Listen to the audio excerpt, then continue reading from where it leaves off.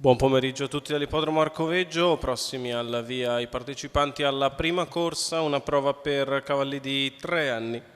Sono in 9 dietro le ali dell'Autostart, 1 Donne Moa Glory, 2 Diana Bye Bye, 3 De Niro Betz, 4 Dakarbi, 5 Diletta Trio, 6 Duval Treb, in seconda fila 8 Donatello, 9 Dell'Era, 10 Doralice.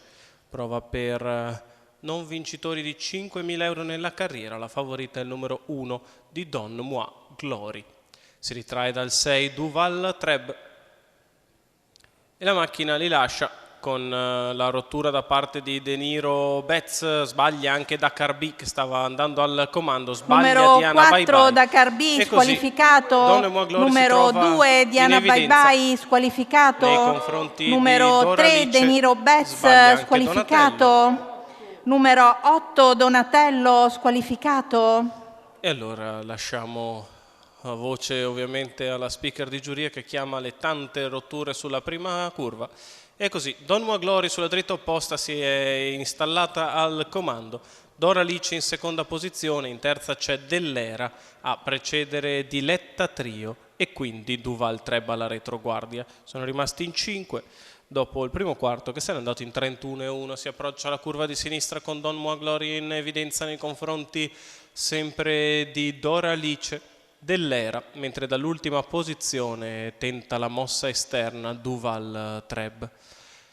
Risale all'esterno l'allievo di Gianvito D'Ambruoso, trova però l'anticipo pronto da parte di Doralice, che sposta da seconda alla corda per andare all'attacco di Don Moa Glory dopo mezzo miglio passato in 1,3.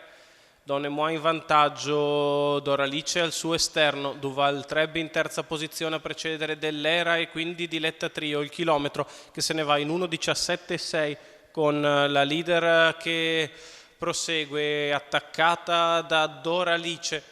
Le due perfettamente apparigliate a 400 metri dalla conclusione. In terza posizione sempre Duval Treb a precedere Dell'Era e Diletta Trio, la dritta di là in 14,3. Don Moa Glory in vantaggio, Doralice che continua ad attaccare all'esterno.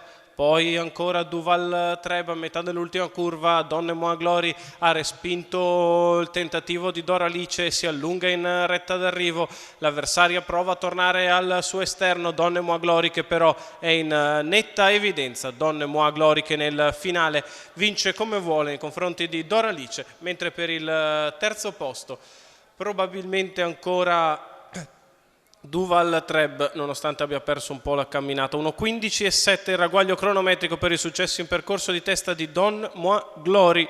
Manuel Pistone per il training di Giuseppe Pistoni, colore della scuderia RPR, il successo della figlia di Ideale Luis e Travel AS in percorso di testa. Si impone nettamente nei confronti di Doralice che termina al secondo posto, il successo di Don Moa Glory e Manuel Pistone.